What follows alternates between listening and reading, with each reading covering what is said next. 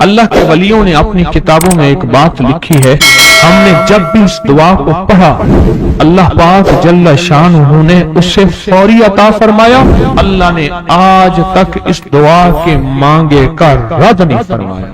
ایک واقعہ ہے حضرت علی کرم اللہ وجہہ کا۔ حضرت علی ایک سفر میں، تجارت کے سفر میں تشریف لے گئے، سفر تجارت میں آپ تشریف لے گئے۔ جب وہاں آپ تشریف لے گئے تو دیکھا ایک شخص ہے جھونپڑی، اس میں سے کرہانے کی آواز آ رہی ہے۔ آپ اندر تشریف لے گئے تو صاحب خانہ نے اندر سے آواز دی، جو بھی صاحب آ رہے ہیں اجازت سے آئیں۔ سمجھ گئے اندر مستورات ہیں۔ وہ صاحب باہر تشریف لے آئے تو پوچھا کیا ہوا، کرہانے کی آواز کیا ہے؟ کہا میری بیٹی ہے، جنگل میں لکڑیاں لینے گئی، اس کے اوپر ایک درخت گر گیا کاٹتے کاٹتے، اور اس کی وجہ سے اس کی کمر ٹوٹ گئی ہے، اب یہ بستر میں پڑی ہے، اب یہ بیچاری تکلیفوں اور دکھوں میں۔ آپ نے فرمایا کوئی مسئلہ نہیں، میں ایک عمل کرتا ہوں، تو ایسا کر صرف اس کا کپڑا لے آ۔ آپ نے اس کے کپڑے کو سامنے رکھا، اس کو کہا اس کو پکڑ، اور اس کی طرف یوں انگلی کی، اور یہ دعا جو اب ہم پڑھنے لگے ہیں، بس یہ دعا پڑھی، اور صرف چند بار ہی پڑھتی، اندر آوازیں خاموش ہو گئیں، چپ ہو گئے۔ آپ نے فرمایا پوچھو جا کے۔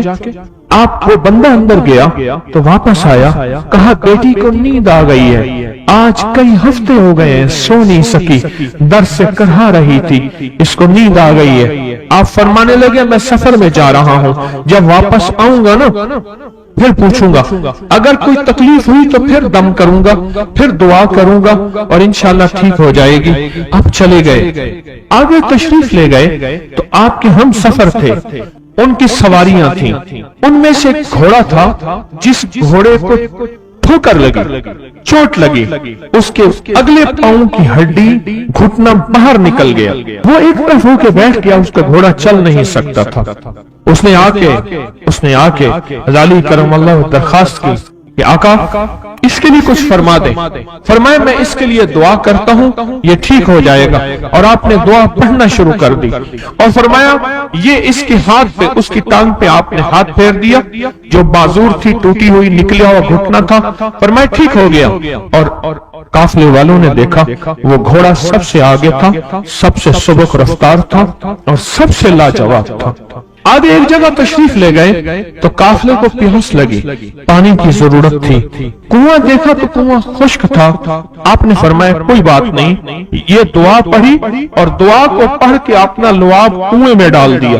فرمایا کنویں میں پانی کا ایک جوش اٹھا، اور پانی اٹھا اور منڈیر سے باہر نکلا، لوگ پینے لگے تو آپ نے روک دیا، فرمایا مت پیو، کنویں کا جو کھڑا کالا پانی ہے وہ نکل جائے، اور پھر شفاف پانی جب نکلا فرمایا یہ پانی پیو، مشکیزیں بھرو، سواریوں کو پلاؤ۔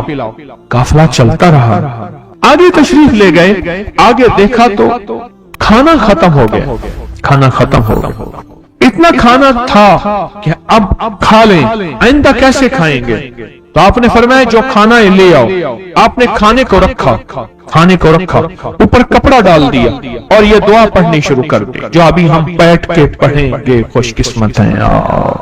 اور کپڑا ڈال کے فرمایا دعا فرمائی، یہ عمل فرمایا، یہ دعا پڑھی، اور اس کے بعد فرمایا دیکھو کھا لیا، اور فرمایا ہمارا 17 دن کا سفر تھا، اس 17 دن میں ہم نے کھایا، لوگوں کو کھلایا، جہاں لوگ آتے تھے ان کو بٹھاتے تھے، دسترخوان ہمارا تھا چند افراد کا، پھر سینکڑوں لوگوں نے کھایا۔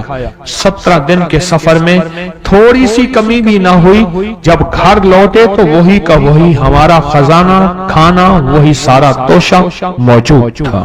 آگے تشریف لے گئے تو ایک تجارت میں ایک دیکھا تو ایک بندہ ہے ٹھیکریوں پہ ٹھیکریاں مار رہا ہے، آپ اس کی طرف تشریف لے گئے، آپ نے اس کو جا کے دیکھا، لگتا ہے کہ تو پرانا جواری ہے۔ اس نے کہا جوا کھیلتا تھا، سب کچھ ہار بیٹھا ہوں، ہر چیز زندگی ختم ہو گئی ہے،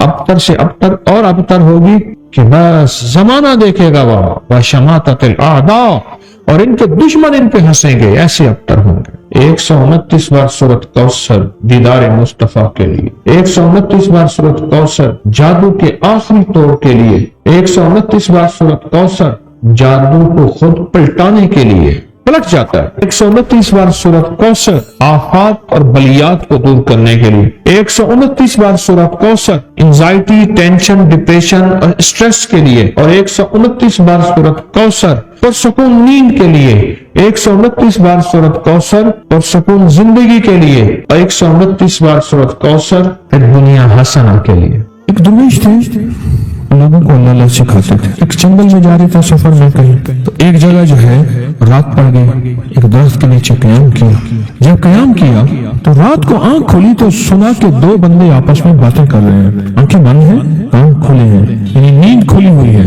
جاگتے میں آواز آئی، ایک بندہ کہنے لگا اس کو ہم چھیڑیں، تنگ کریں، یعنی کسی بیماری میں، کسی دکھ میں، کسی تکلیف میں، کسی مشکل میں، کسی پریشانی میں، کسی ناکامی میں، کسی الجھن میں اس کو مبتلا کریں، اس کو مبتلا کریں۔ دوسرا کہنے لگا چھوڑ، تجھے اس نے کیا کہا ہے، تو اس کو کیوں تنگ کرتا ہے؟ نہ میں اس کو تنگ کروں گا، ایسے جاتے جاتے کسی کو انگلی لگا دی، کسی کے آگے پاؤں کر دیا، پاؤں کے بل گر گیا۔ کوئی کیا کر رہا ہے؟ بعض لوگوں کا مزاج ہوتا ہے، یہ لوگوں کے مزاج میں کمی ہے، شیاطین کا مزاج ہی یہی ہے، اس لیے جو اس مزاج کا بندہ اس کو شیطان کہتے ہیں۔ عمومی معاشرے میں نا بڑا شیطان آدمی، اس کا کام لوگوں کو تکلیف دینا ہے، تو اس نے کہا اس کو تکلیف نہ دے۔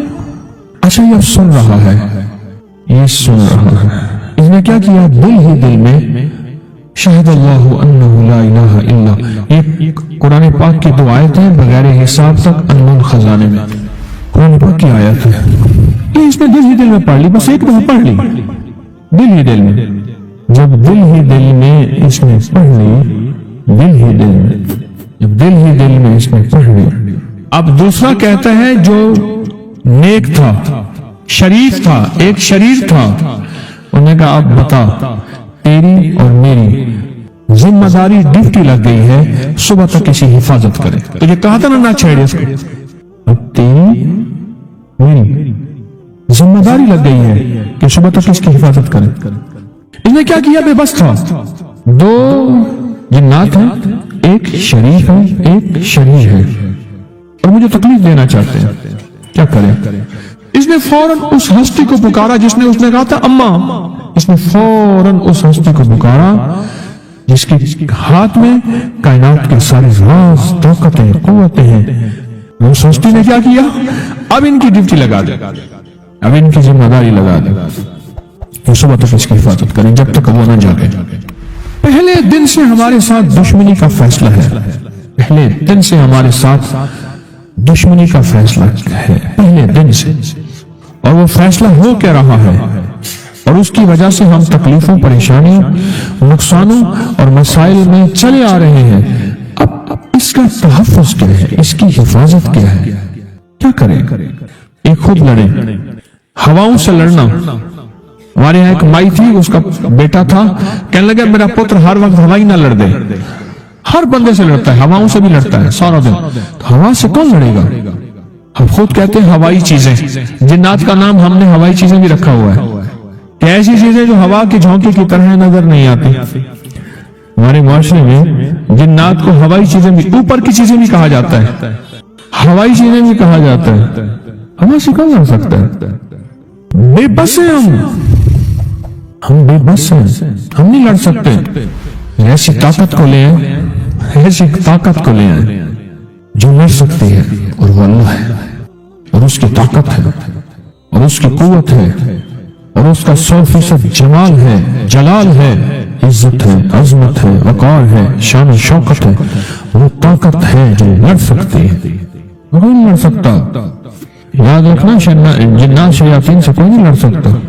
میری بھی زندگی گزری ہے روحانیت کی دنیا میں طالب علم کی حیثیت سے، وہ جن تابع وغیرہ نہیں ہے، لیکن ان سے لڑ کوئی نہیں سکتا۔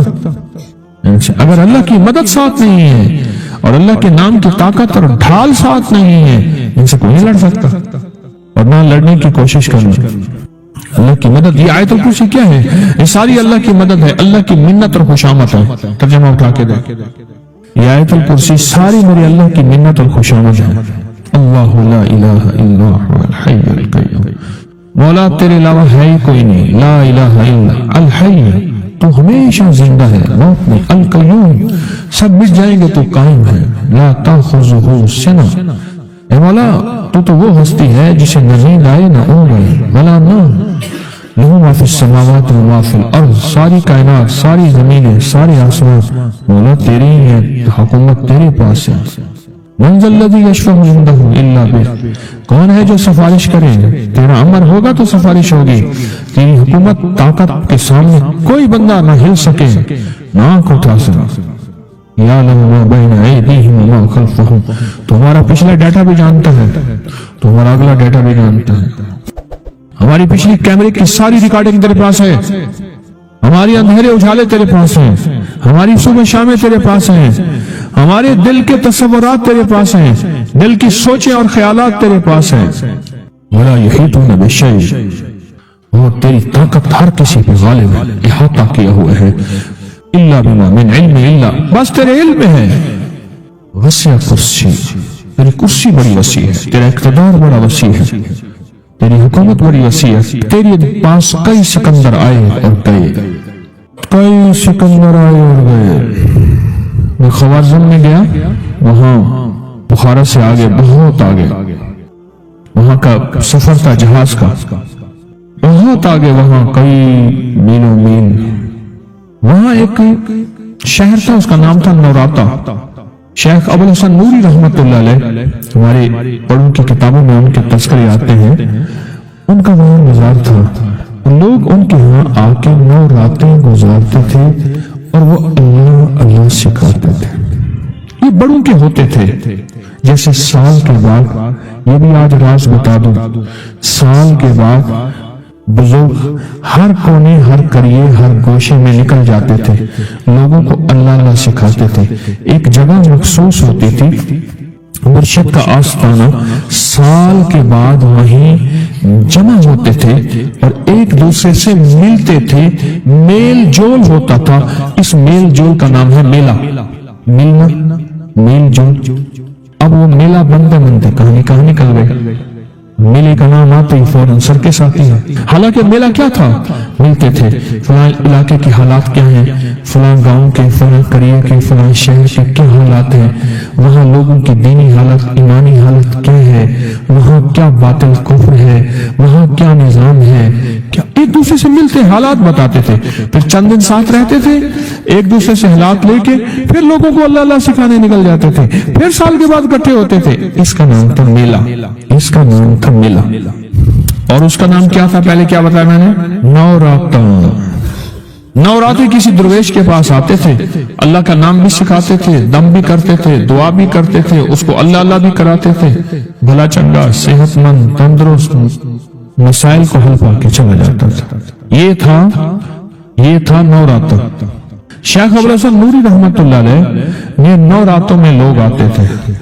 میں کہنا یہ چاہ رہا تھا, ان کے مزار کے اوپر ایک بہت بڑا قلعہ تھا.